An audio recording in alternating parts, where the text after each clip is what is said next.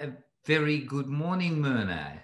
I'm very happy to interview you about, actually about how Deep Democracy started. So you're the founder, and we always say to the people who are attending our training programs, um, it would be great to meet the founder of Deep Democracy, Myrna Lewis. Well, and here you are. And what I would like to ask you is, can you tell us a little bit more about how Deep Democracy started? What motivated you? What were the circumstances where it started? Can you tell us something about it? Sure. First of all, nice to be with you, Frank. Nice to be talking to you. And I must say, there's part of me that wishes I could be a little fly on the wall, or like a part of, like a little fly on your shoulder as you go into this incredible conference that you're going to be having. So I'm really excited about that. Um, so in terms of how Deep Democracy started, it was not planned at all. Um, and it came out of the work that Greg and I did for Eskom, which is the utility company in South Africa, which was at that stage, as we were moving into the new dispensation away from apartheid, this large organization, which is the biggest employer in South Africa, was still in its own way following some of the major rules around of apartheid right up until its the very end when the first free elections took place. So one of the things it was still doing, it was still in abiding by the Job Reservation Act, which was limiting people of color to just supervisory level. And there was one of the directors of this company, and he was a very courageous man. In fact, he came from Holland, so people can feel quite proud that he was the person who initiated this project. And what had happened is that he recognized that this company, which was quite backwards, was now going to be facing a huge challenge as the country moved into democracy. And he had approached a strategist to help him work out what to do in relation to the racial tension that was operating and was very real between people. And this strategist suggested that what he should do was he should literally create an organization by limiting the hierarchy. It was quite fashionable at the time, but in relation to the South African situation, it was recognizing that if you took out the hierarchy, you would also lessen this whole issue of how race was part and parcel of the hierarchical process.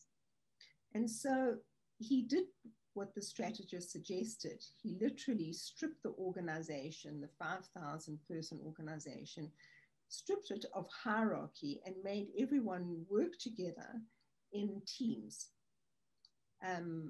specific teams, which were going to have a certain output. And he thought that it would work very well. And in theory, the idea would work very well, but in practice, as a result of taking away the structure, the organization came to a standstill, because really what came out were people who clearly knew were doing certain tasks and were responsible for certain tasks, irrespective of their race. They were suddenly now thrown together to make decisions together. And all the racial tension, which before was kind of, well, it was there, but it was handled through the hierarchy, now is no longer being handled through the hierarchy. And people were supposedly equally accountable and equally responsible. And so, as I said, the organization came to a halt, and the CEO put out an SOS call to different people who are doing unusual things. And throughout my life, I've been one of those people who've done unusual things. And so he connected with me and said, look, would you come and help to resolve this issue? And it was quite ironic, actually, because Greg and I had retired. We had gone into retirement 3 weeks before this phone call. And when we got the phone call and subsequently went to the meeting, which was not what Greg wanted to do at all, but which what I did, and hearing the nature of the issue and feeling a strong sense of this is a way to try and heal one of the major travesties of my country, and being involved and being a person who gained from the privilege of being white in South Africa. For me, it was some way to give back to the society. So I really, really wanted to be involved in this project. And so we left retirement and then began working in this organization. And we realized that Honorable Mandel's process-oriented work would be valuable, but we needed to literally make it user-friendly to a group of people who were not in any way psychologists. Yeah. And we realized very quickly that even if we had an army of psychologists available, those psychologists would not be able to handle this type of tension that was happening nanoseconds between people. And the tension was made more extreme because of where the country was. So this was this organization was a fractal of the larger country's dilemma, which was really, there was tremendous tension at the time. It was before the free election, the first free election. Mandela had been released, but there was still a lot of potential of civil war taking place in South Africa. Chris Hani, who was like a South African Martin Luther King person, was assassinated, and the whole country was on the verge of civil war. And so it was a very, very tense time. So to try and deal with the racism within this organization was a huge thing. And we realized that the best way we could do to help them was to help them to help themselves, so to teach them to fish instead of fishing for them. And the method really arose from that. We recognized that they were mainly involved in decision-making processes together. And so it was important to make sure that the decisions that they made would allow everybody involved to make the decision.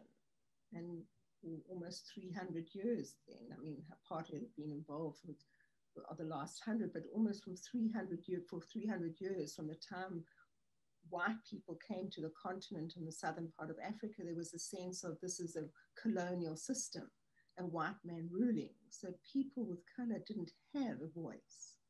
So for them to finally be given a voice and to be encouraged to use that voice, because when you haven't had a voice for a long time, don't know. So that must have been a very special situation. It's a very large group you worked with a lot of tension. So there will have been a lot of emotions. Isn't that true? There was a huge range of emotions. There were the real sense of rage and anger and pain and abuse that people had experienced. There was the ongoing tension of what's going to happen to the people who before had dominated and were still dominating in this organization. So there was a lot of tension, and there was a lot of strong emotion and huge level of conflict within it. So it's almost like the work had stopped because this tension was there, and it was a sense of, so how do you get the organization to carry on working? Yeah. You can't kind of say, well, we're going to stop now, resolve the tension, and we're going to go back. There was a need to make sure that the tension could be resolved alongside the work taking place. So it was really helping them recognize that as all the voices, the different voices would be heard, then inevitably there would be differences of opinion. And to recognize then that when there were differences of opinion, to give them tools that they can use to resolve the differences of opinion without the differences of opinion very quickly escalating into the racial underlying tension that was there. So it's a sense of, let's kind of know that we're going on to work and we're doing this as a work process, and let's try and resolve the work issue. and slowly also start resolving some of the racial tension just through the way we were working. Oh, and how did you manage to do that with the two of you, with large groups, lots of emotions? How could you hold the space over there? Well, we took, of the 5,000 people, we took 1,000 people through the training over a 3-year period. And it was quite fascinating to see the organization begin to turn, and it did turn as a result of the work that we were doing. And as a result of, we got to a critical mass of people. We trained people in large groups of 15 to 20 people at a time. And they were people that we were working with the natural teams that people were in. We went back and we reworked with them and helped them integrate the knowledge. And because we were training them in their own teams, so they were able to start utilizing the method to do the work and also to resolve some of their tensions that were there. In terms of the depth of the work that we did with them, we often went to very, very deep places. And I must say that the actual process for the two of us doing the work was incredibly challenging and demanding. It was an evolving process. We were learning as we were growing. It wasn't something that we had and we could kind of put in place. No, we evolved the method as a result of doing the work. So actually, the process work from Mindel, you moved it into the Lewis Deep Democracy, into your work, while doing this work. Exactly. In fact, we never, right from the beginning, we recognized that Mindel's work was far too complex and too complicated. So, and we had to make it business friendly, and we had to make it business targeted to people who had, and this was the range, the spectrum of people that we were working with. We had people who were specialist doctors, who had doctorates in their area of engineering, because this company is known to have incredibly well-trained people. So we had people with doctorates in the same team as people who had had no education at all. So a lot of the people of color had a very poor basic education, and some of them were not even literate. So there was this extreme of ability to comprehend what we were teaching them. And so we had to make it very user-friendly, and I would want to say simplistic, and it wasn't so simplistic, but pragmatic. Yeah, if we make a large jump in time and we look at Lewis Deep Democracy nowadays, so if you look around, how is Lewis Deep Democracy in our world today? Well, it's quite amazing if I think about where it started and where it's got to. It's quite, I mean, it's kind of quite, I feel quite awestruck when I look at it, because it's now on every continent and it's being used and taught by almost 70 instructors. We have now about 70 qualified instructors in different parts of the world. And that's numbers increasing. Yeah. So, and if you look forward in future, what do you think about Lewis Deep Democracy? How is it going to develop? What are your wishes in it? So it's lovely to be an elder.